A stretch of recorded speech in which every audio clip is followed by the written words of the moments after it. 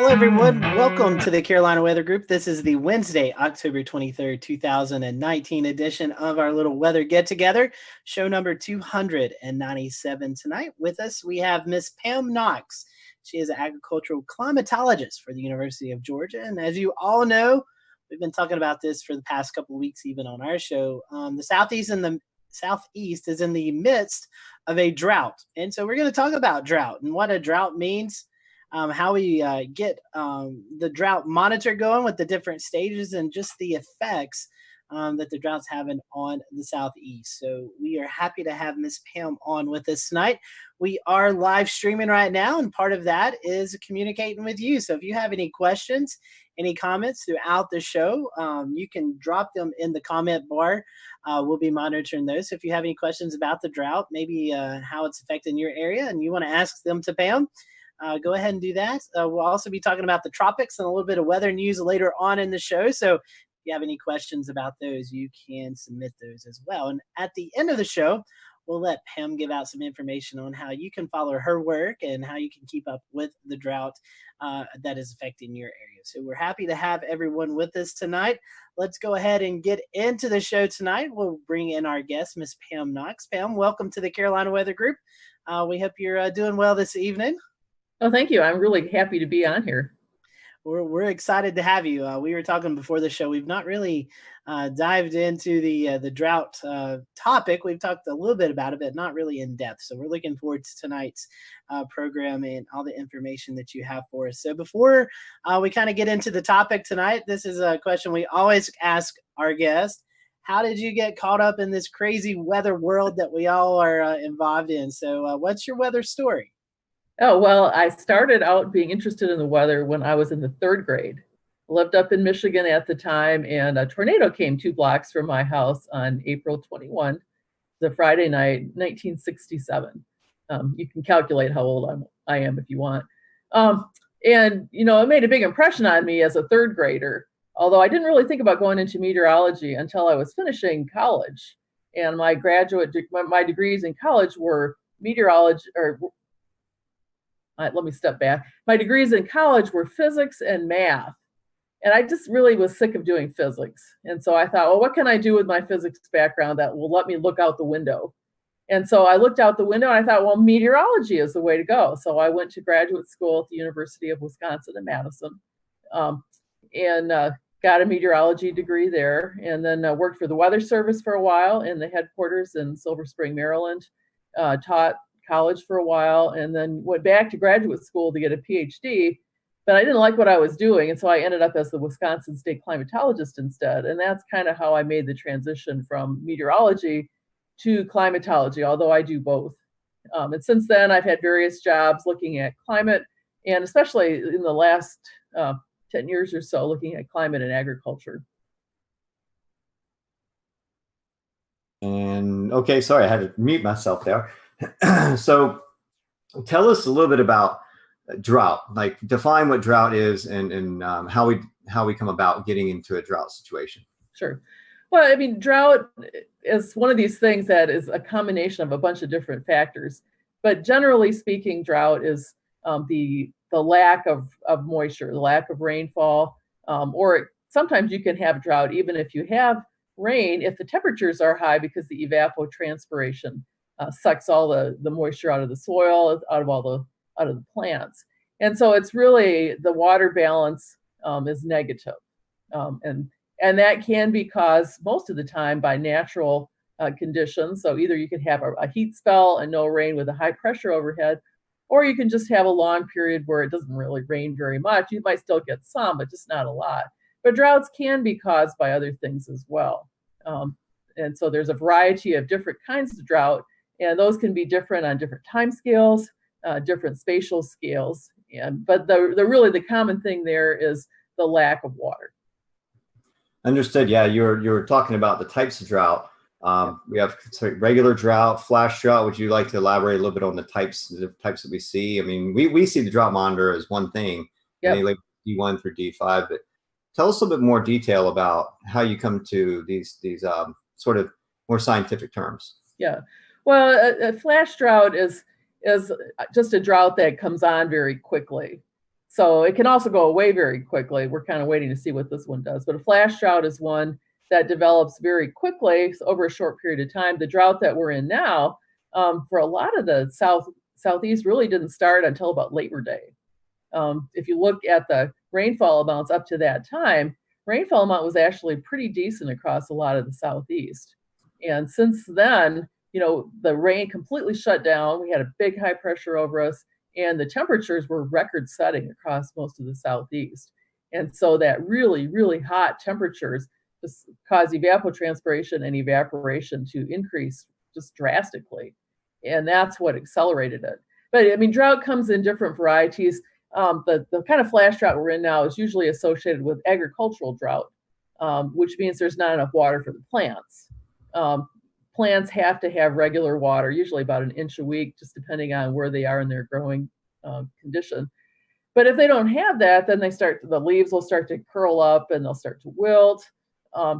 And so the short-term drought is a drought that's mostly manifested in how the plants and crops do. That drought can transition into a longer-term drought. That's what we'd call a hydrologic drought. In a hydrologic drought, you start to see decreases in things like the lake levels or stream flows. And if it really lasts a long time, you'll see that also in the groundwater levels. And so generally the agricultural drought is more of a short-term thing. Hydrologic drought is a longer-term thing. But you can have both at the same time. And in the drought monitor, they try to capture both in a single map, which doesn't always work so well. But if you look at the maps, you can see an S for short-term and an L for long-term. So yeah, the hydrological aspects would refer to more to the watershed as well, correct? For understood. I'm going to pass this off to Evan in just a second. Wanted to ask you a quick question. When talk a little bit about D1 through D5. Like people hear, hey, we're in a D3 drought. We'll tag the word with like severe, or we'll go to extreme on D4, whatnot. But give us a little insight on the scale. Yeah. The drought scale starts with D0, which is actually not considered to be drought. That's just considered to be abnormally dry conditions. And then moderate drought is a D1 drought. The next most is severe drought, which is a D2 drought. Then extreme is D3, and D4 is exceptional drought. And so those each ramp up. Basically, you'd have to consider them as more and more rare.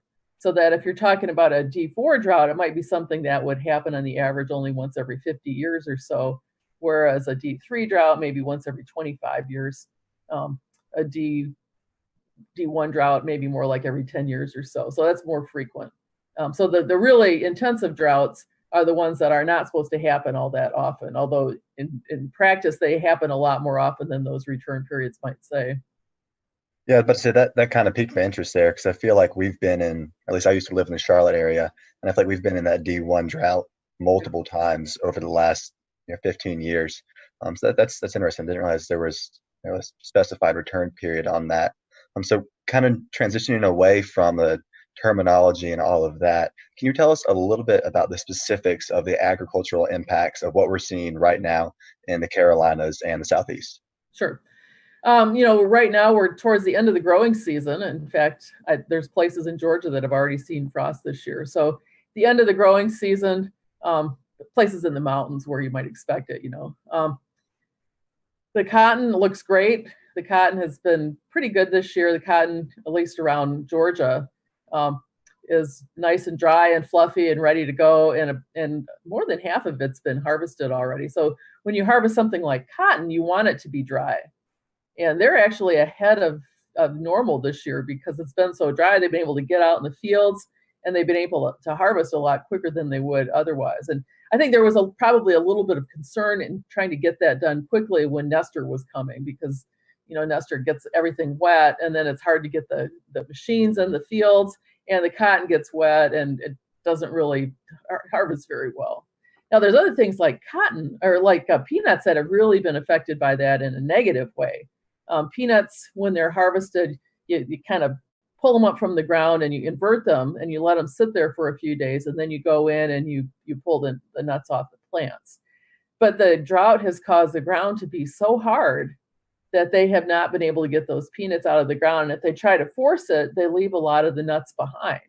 So that means that their yield goes way down because they're just leaving stuff in the field where they should be able to pull it in. So they've been waiting desperately for some rain to soften up the soil. And I think they finally gotten that. I know that they've really been trying to catch up on harvesting peanuts. They'll wait for a while in the ground, but you don't want to wait too long because then they get past maturity and then the quality goes down and you don't get paid as much. So I had to learn all this stuff about, the crops and economic importance of the crops for the farmers, which I never really had to learn before. There's other crops. Well, corn is mostly done unless they're growing corn after something else. But corn, at certain times of year, corn is very susceptible to drought. For example, in 2016, we had drought that started in the southern Appalachians, so northwest Georgia, northeast Alabama, and so on. And it hit right at the time the corn was pollinating. And the silk was so dry that the pollen wouldn't stick. And so none of the corn pollinated, and they lost their whole yield because the corn never grew ears. And it wasn't even in drought yet then. It was just a dry spell.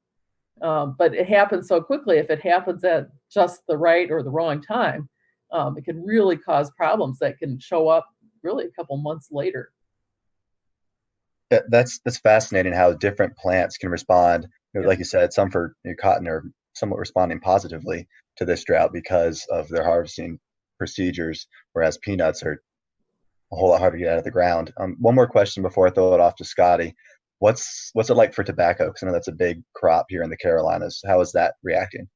Yeah, tobacco is important because they don't want it to be too wet because then the quality goes way down. And so there's certain things that they can do to keep it from getting wet. They'll leave it in the drying sheds a little bit longer.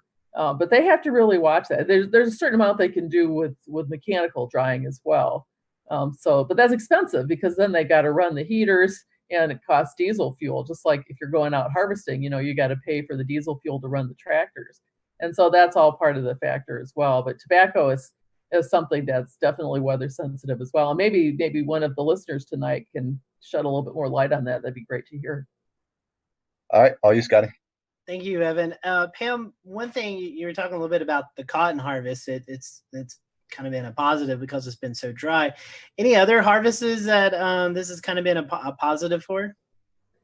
Yeah, probably the single most important specialty crop in Georgia, northern Georgia especially, and in western North Carolina and western South Carolina is grapes for wine. And they love it dry. Because most of the grapes are irrigated because it's a high value crop, so they're not going to risk losing it. And a lot of it is drip irrigation, so they're not like spraying the grapes because they're more likely to get fungal diseases, but they're watering them through the roots. But if the grapes stay dry, the chances of getting diseases that are going to rot the grapes instead of letting them ripen goes down. Plus, the heat really concentrates the sugar in those grapes. And so that's really great for winemaking. And so I think that the wine grape growers this year have really been loving this weather. And so for maybe crops that are going to be happening early next year, let's say peach, strawberry, things like that, do we kind of know what this flash drought, any effects it may have on the crops that we may see early next year? I've talked to a few of the blueberry growers and the peach growers and some of those other. Of course, right now they're really not very active. We're kind of in between seasons because those harvests happened earlier this year before it really got dry. They're having problems keeping enough water on the plants to keep them healthy because it's been so hot that they just really have to put a lot of water on. So it may be that next year they'll see reduced fruit set because it's been dry, so they haven't been able to put as many leaves on or as many buds for next year's flowers. But it's probably a little too early to say that. And of course, we've got the whole winter to go through, so that's going to affect things as well. So crop-wise, maybe this might have not been a bad time to have a drought. I mean, is that maybe safe to say? Or I know it's never a good time to have drought, but yeah, I think it depends what you're growing. I mean, I definitely think that it could be worse. It has been worse than some of the previous droughts. If you're growing cotton, I think it's been mostly minor issues and maybe even some positives. If you're growing peanuts, if you're growing irrigated peanuts, it really hasn't been an issue. And a lot of people now grow irrigated peanuts, so they can water the soil and make it soft enough to harvest. It's the maybe 40% of growers that are dryland farmers that are really having to struggle with this. And so that partly makes a difference as well. Yeah, I mean, I think it's really all over the place. There's other things besides agriculture that have benefited from the drought, things like construction. You know, if you never have any rain, you can get way ahead on your construction. And so I think that's one thing that's been doing well. I think tourism in a large part has done well because people like to go out and do things, golfing or tubing or whatever like that. As long as there's enough water in the rivers, then I think people really have been able to go out and enjoy that. And so just like anything else, drought isn't bad for everybody or every sector of the economy, but for those that's negatively affected, it's been really bad. Yeah, and one thing that this drought has hit is also a location that was hit by Hurricane Michael last year. So it's kind of been a double whammy for maybe folks in the Panhandle of Florida, southern Georgia. Have you been able to talk with any of those folks and kind of the back-to-back, worst case scenarios for them? How's it affected those folks? Well, a lot of the crop farmers, they work year to year, so they might have lost their crop that last year, but they might have been able to get something in this year.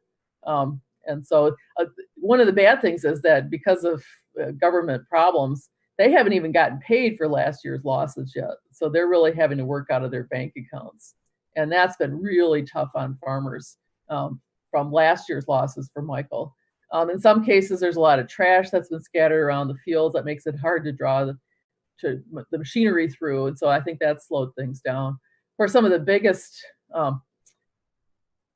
products that have been hit have been the pecans, which took a huge loss from Michael last year and are still suffering from that now. And forestry, because so many trees went down in Michael that somebody was telling me today at the meeting that if you took all the trees and put them on log trucks, this is just for Georgia, it doesn't even count Florida, you could put them on log trucks 3 abreast on the highway all the way from here to Seattle and back.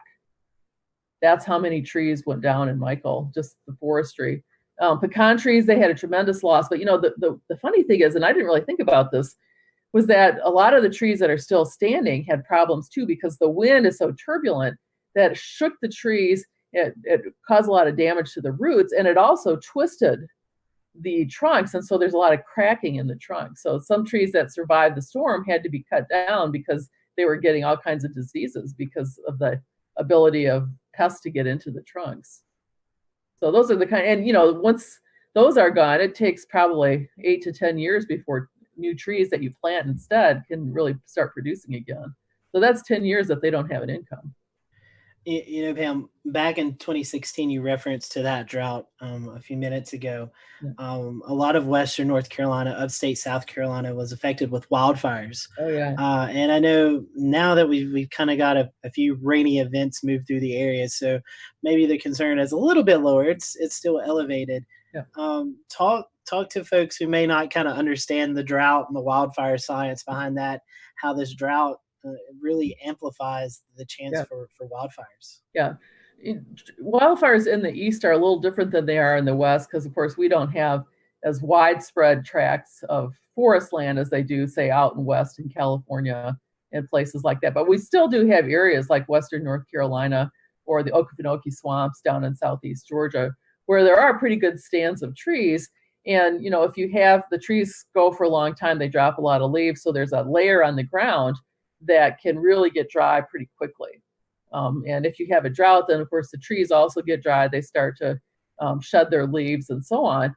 And so if you have that hot, dry weather, it doesn't take a whole lot of trigger to get the fires going. Now, typically another difference is that in the southeast, we're a lot more humid than they are in California. You're not going to see a day where it's 90 degrees out and the relative humidity is 10%.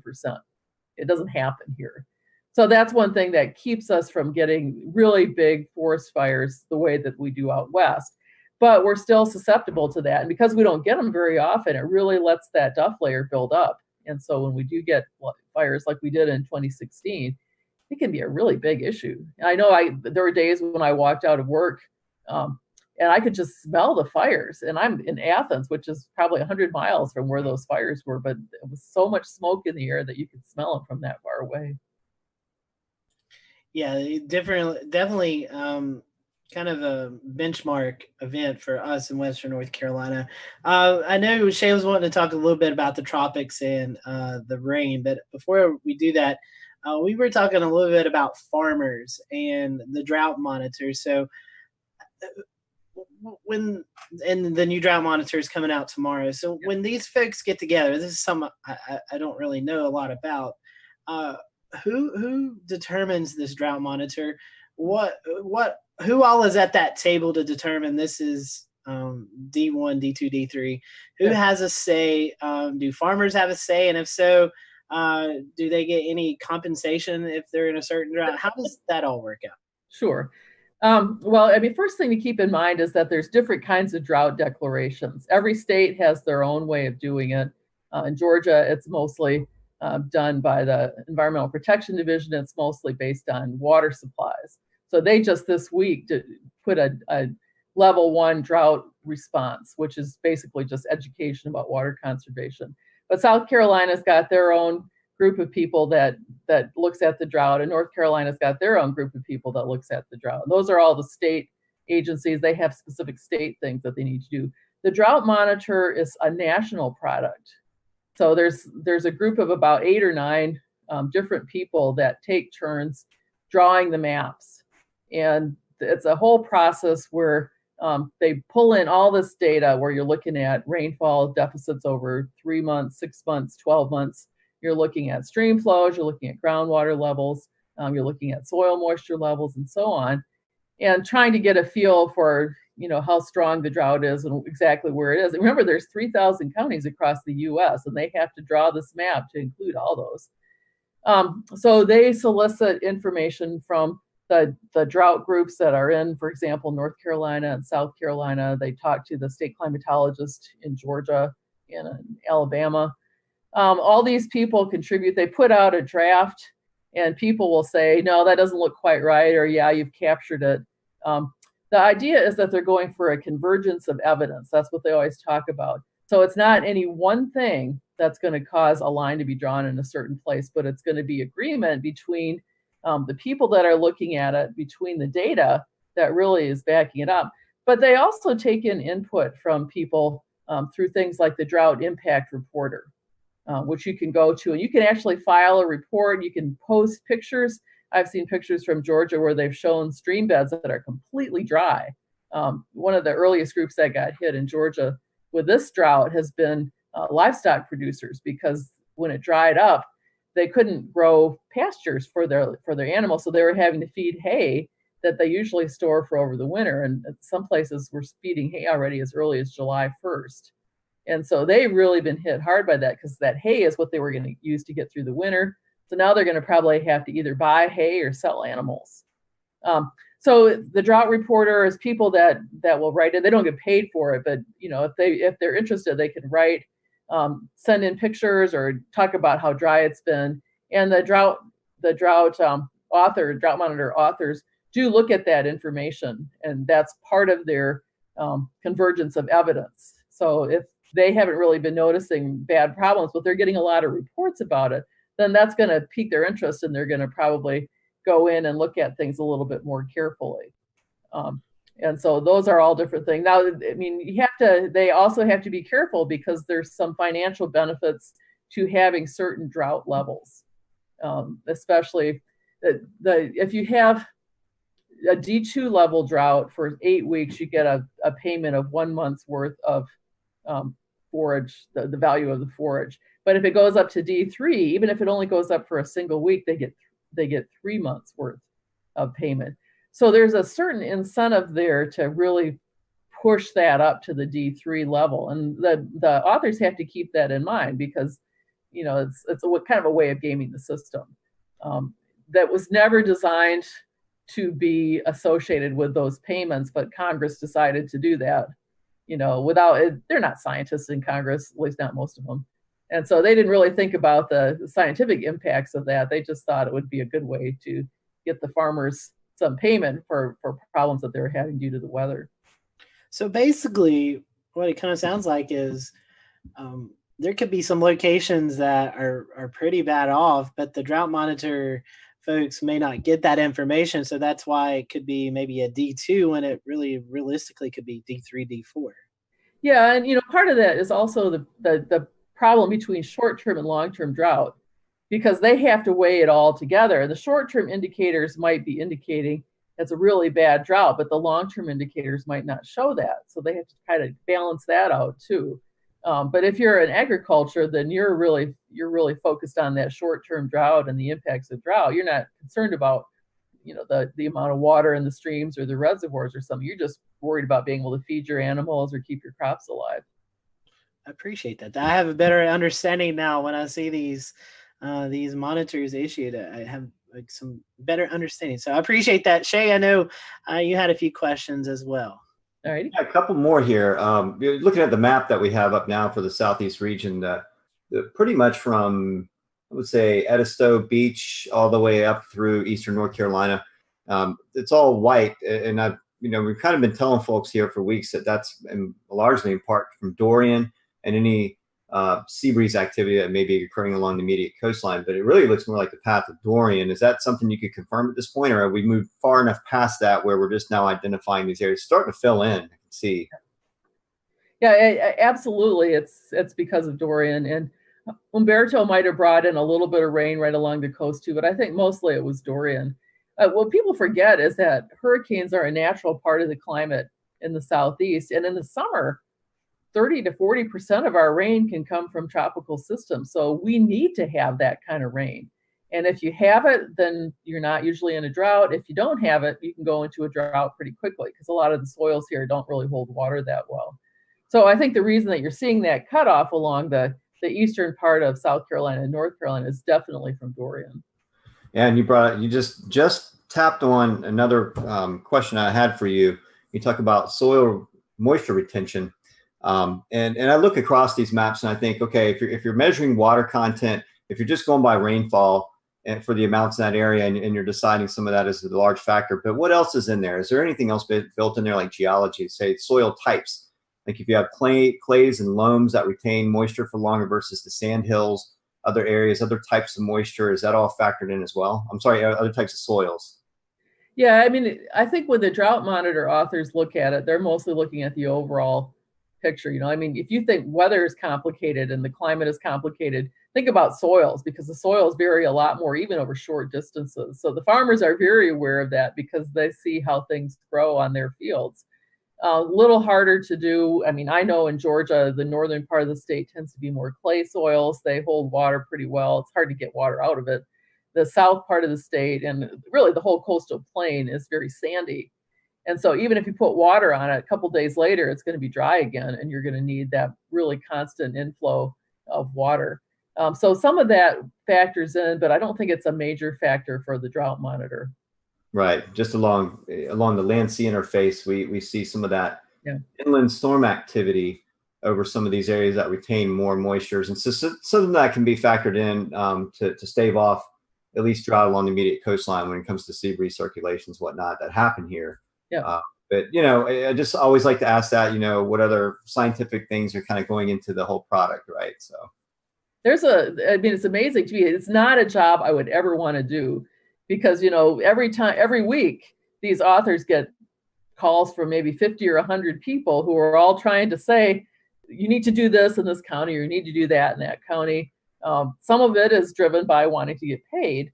Some of it is driven by really feeling like the drought monitor is not accurately depicting what's going on. And there's a lot of both.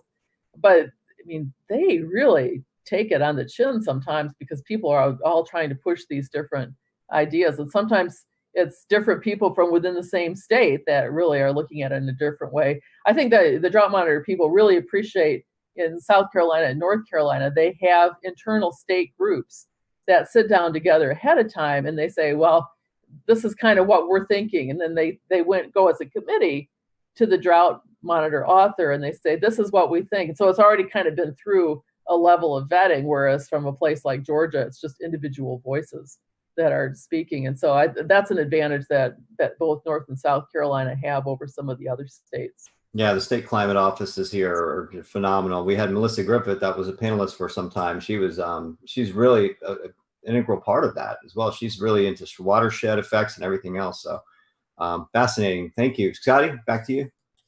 Thank you, Shay. Pam, as we kind of wrap up our topic, I know you have some meteorological background in your repertoire. So looking at this pattern setting up, do you think this rain that we've been getting and maybe these events to come up may start to etch away some of this drought?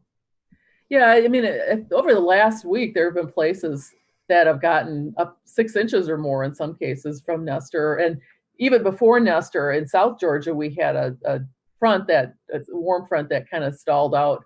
And there were a few places in South Georgia that got almost 6 inches from that, even before Nestor came through. So even though I don't think the rain that we have had up to this point is going to be enough to get rid of the drought, it's certainly going to change the boundary conditions at the ground. Once you get the ground wet, then of course you could have more daily development of storms and thunderstorms and so on. Now it looks like in the next week we're probably going to have a couple more systems that'll come through. I think we just had this front come through. Looks like we could have another one come through in the next few days. So it looks like a fairly rainy pattern for the next week.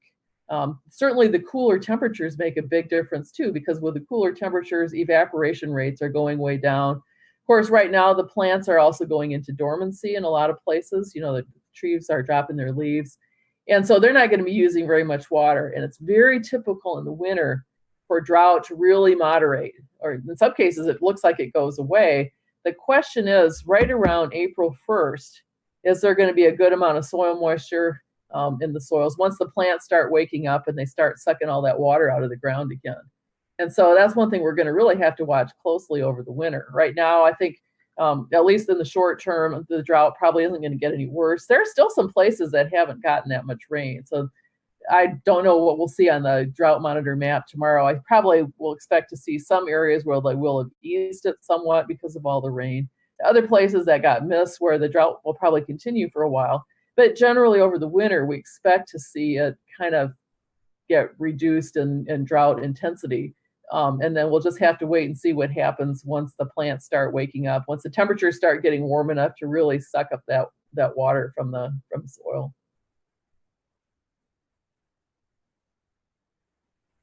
I was trying to unmute my mic. Well, Pam, I appreciate that. I was also was going to pull up here the Weather Prediction Center, Climate Prediction Center. I wanted to show their, I can screen share here for just a second. This is from Pivotal Weather. So you can kind of see the Southeast over the next six to 10 days. We're going to see increased opportunities for some precipitation. And if we look at the 8 to 14 day, we can get that pulled up, maybe. Well, maybe I see it. Okay, so it's up. Yeah, there it is. So you can kind of see, at least they're expecting to see a little bit more active patterns setting up over the area. So hopefully we can start to see these rainfall events start to knock the drought back a little bit. I think I read a report, I think it may be from Brad Panovich, James may have heard this.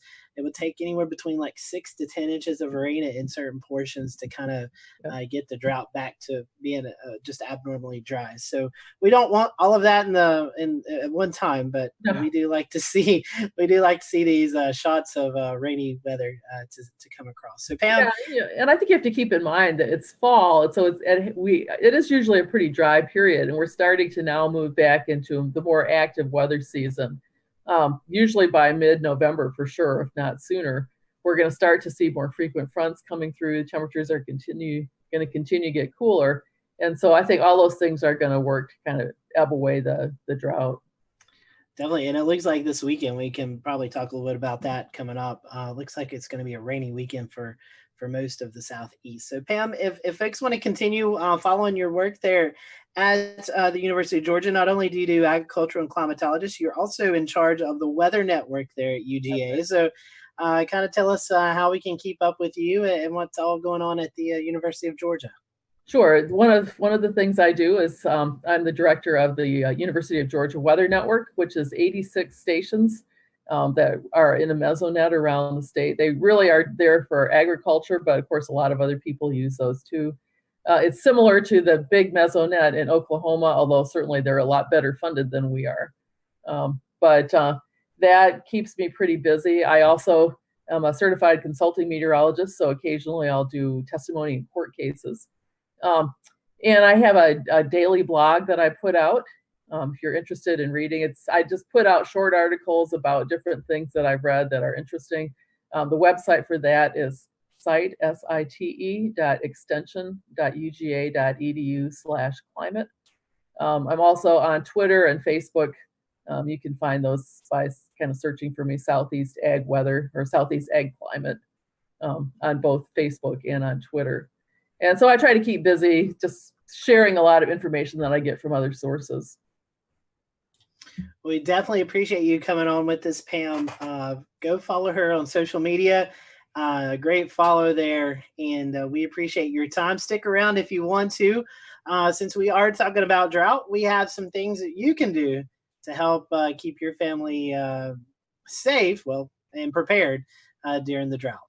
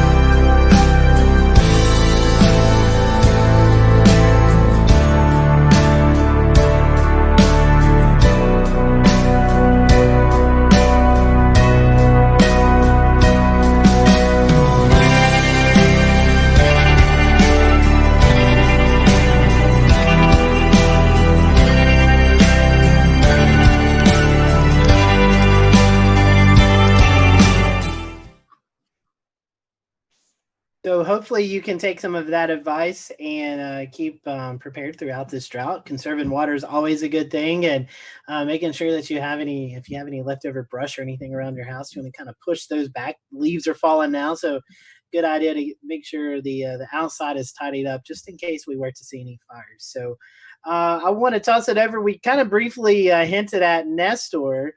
That affected portions of the Carolinas over the past week. I'm going to hand it off to James Brierton. And James, Nestor actually produced some severe weather along the coastal areas. Yep, that is absolutely correct, Scotty. We did see a little bit of severe weather, heavy rains at time 2 that moved through parts of the area. I'm working on bringing my camera up for you guys. Apologize that's not coming up. So we'll go ahead and we'll take these graphics full. This first one comes from Ed Piotrowski, a meteorologist in Myrtle Beach, friend of the show, who was relaying the one severe weather storm report, at least in terms of tornadoes, that we got from Nestor moving through the area. National Weather Service in Wilmington confirming an EF0 tornado with estimated winds about 85 miles an hour touching down at about 2 o'clock in the morning. Another perfect example of why you should always have that weather radio by your bedside. You can see this photo here of that damage on Columbia Drive. This photo sent to Ed from Jody Jordan. And so this is what the National Weather Service went out and they did that storm survey, and they were able to get that warning out 12 minutes in advance. That is, as Ed said, some darn good lead time.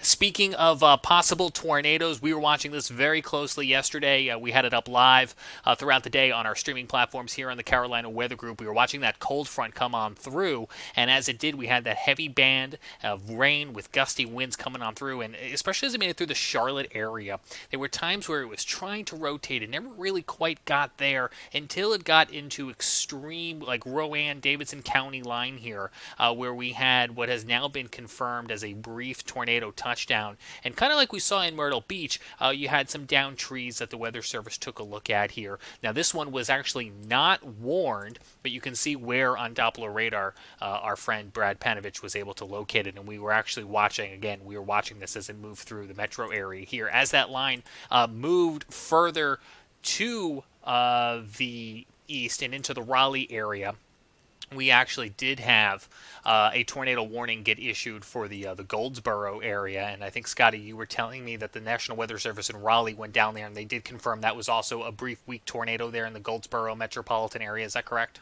Yeah, it's a smaller town, I guess, in that area, Vanceboro. EF0 tornado was on the ground very briefly, but created some tree damage, some siding issues on some homes. But again, that line, as it moved through, produced that one cell there in the Charlotte area, and then went out in the eastern part of the state of North Carolina. So I know, kind of crazy setup. Those QLCS tornadoes that we don't really have good radar coverage to begin with in our area, and those things can kind of just sneak up and do their thing and dissolve before we're able to get those warnings issued. They're difficult to spot. They're difficult to warn. They happen so quickly, and then combined with the radar situation, especially in the Charlotte area, that makes it very tricky. And I know the broadcast meteorologist and the National Weather Service were coordinating yesterday to keep an eye on that. Shifting gears a little bit, we do have a frost advisory up here for western North Carolina. So this includes Asheville, places like Watauga, Ashe County, north of Greensboro, north of Statesville. So we're talking western North Carolina, kind of cutting on an angle along that Interstate 40 corridor there. We could expect the first frost of the season to move in overnight. Even here in the Charlotte area, as you're heading out to work and school tomorrow morning, we're talking about temperatures in about the 40s or so. This comes a tad later than we normally see that average first frost, maybe right on schedule for Hickory, but of course we had those very warm temperatures the last few weeks coming from September into October, and it didn't, make it really nice to get out and about, but, it not only is now delaying maybe the first frost of the season a little bit, but also screwed a little bit with those peak colors for the fall leaves, so we're now beginning to see some of those prime fall colors and some of the higher elevations, again, of western North Carolina here in Charlotte. Just a few of the trees have changed over, some concern that we might not even get much of a changeover because of that drought condition, but again, you can see we are now at peak colors in those higher elevations from about 4,000 feet up. Places like Blowing Rock at about 3,500 square feet along square feet. Can you guys tell I've been buying a house? Square feet came out before I said elevation. So we do now have some of those higher elevation locations where the leaves are turning. And this is where I was going to ask Evan Fisher, the guy who lives in western North Carolina but is currently at school in Charleston, if he feels like he's missing out at all, Evan. I do, yeah. I was actually lucky enough to go home last weekend. I got to troll around West North Carolina a little bit, although it rained pretty much all day Saturday, and then I slept too late on Sunday to go and do any more hiking. So the leaves are definitely changing. The high country, like you said, is definitely starting to show some peak colors. But I would still say, we're somewhere in the next 7 to 10 days, we're going to start seeing those peak colors move down into the valleys.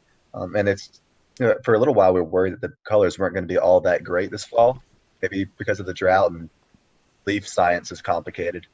It's looking good, and there's no reason to not go visit. So I'm trying to get up there one more time before the leaves fall off the trees. Well, and piggybacking off of our conversation about drought, there was some concern that not getting the vibrant fall colors might impact tourism to the mountains. So if you were putting that off, this weekend, folks, is your weekend to go hit the Blue Ridge. So, Scotty, I'll send it back over to you, and I'll try to remember the difference between elevation and square footage. Those are two very different things.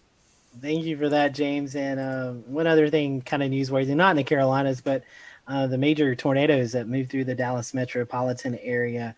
Some controversy with that. One of the NBC affiliates there in Dallas decided to air the Dallas Cowboys game instead of breaking into coverage of an EF3 tornado that went through northern Dallas, Texas, causing all kinds of damage in the northern suburbs. And thankfully, no injuries or fatalities, but a lot of damage in that. They confirmed 4 tornadoes, I think, right? Yeah. After all Scotty, really interesting story at a Home Depot there where a manager decided to close the store, and he sent everybody out. He got the last of the employees out during a tornado-warned system. 30 minutes later, tornado came and almost leveled the building. It did so much. There would have most likely been fatalities if people had been in there. So hats off to that manager for making the right call. I was a little afraid when you started that story, Shay, that you were going to say he forced everyone out into the weather, because that wouldn't be good. But you also don't want to be in a big box store like that. So he did it with enough lead time that they were able to get someplace else. I think it was a perfect setup. He read into it.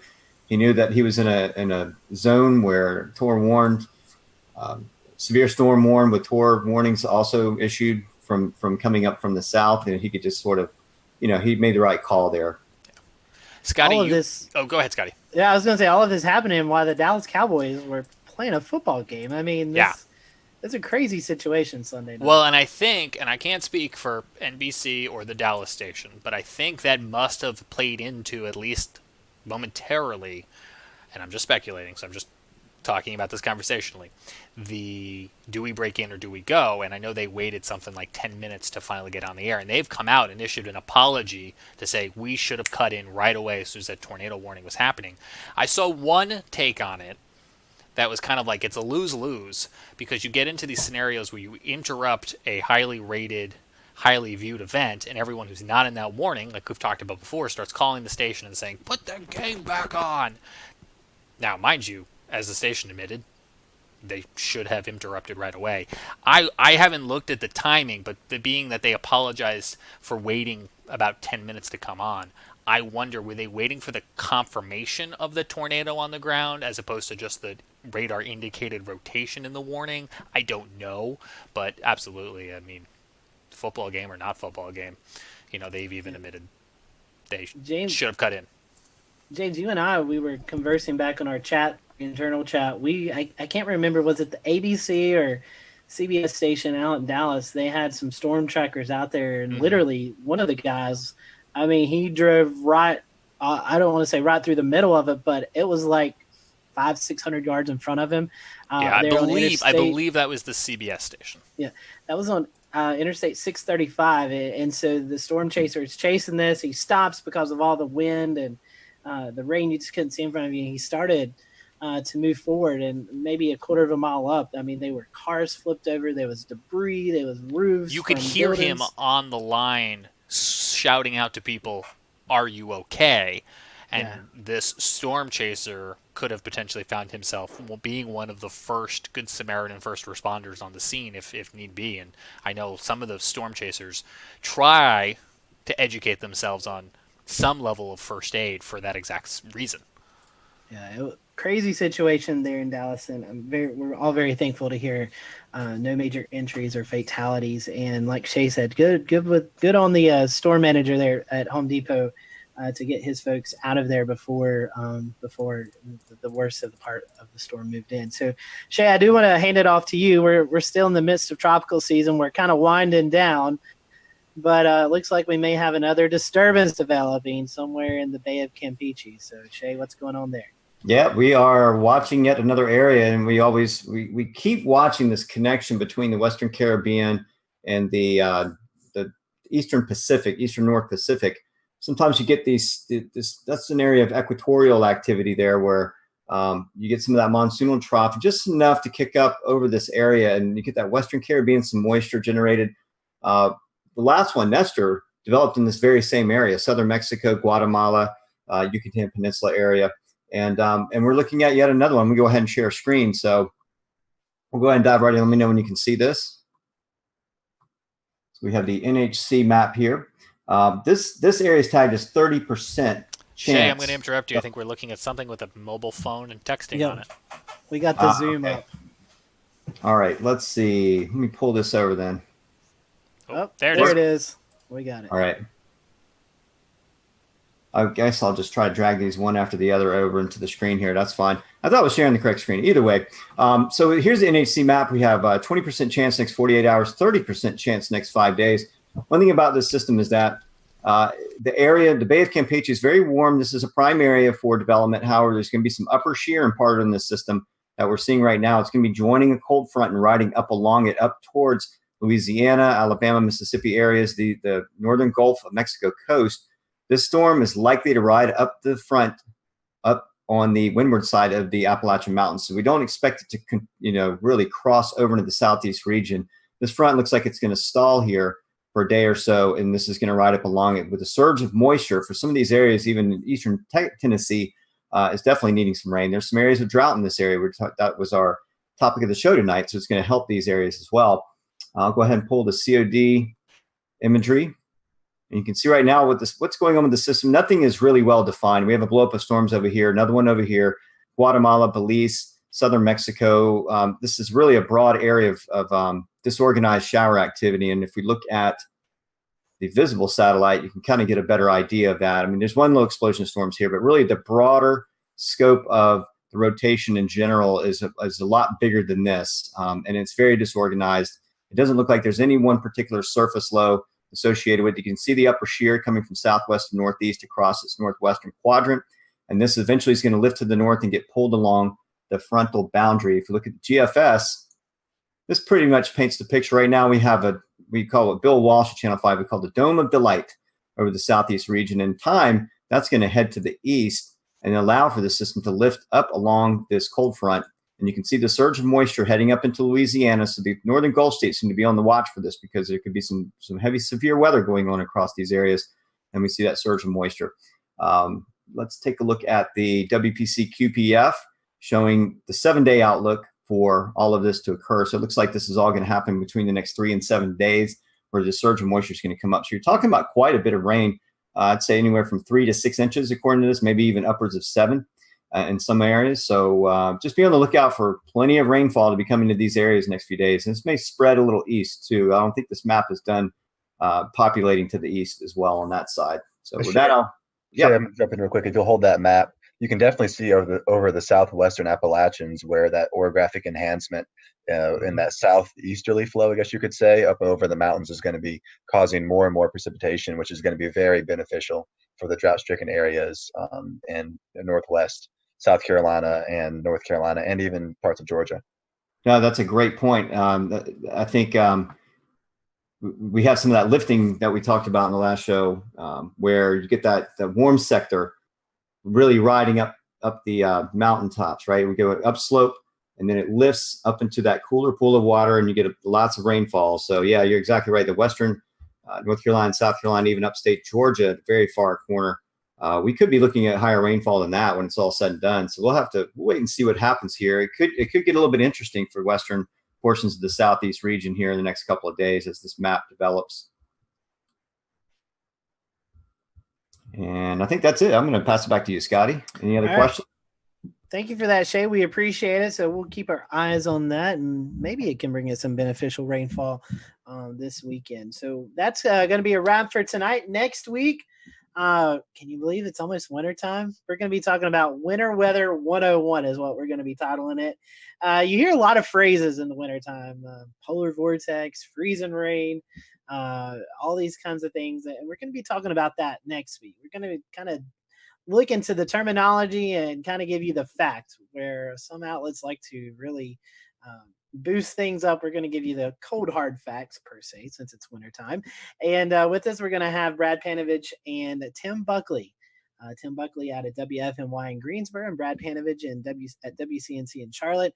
Both those gentlemen will be joining us next week as we kind of look into the winter season and what it may be bringing us. So we look forward to that. We hope you will join us. Again, please remember, if you see any weather guests, any topics in the weather world that you want us to discuss, please let us know. You can submit those in a number of ways, and we will work our best to get those guests or topics on the show. So don't forget that. So until next week, we hope you have a great weekend, and we will see you back here next Wednesday night for another episode of the Carolina Weather Group.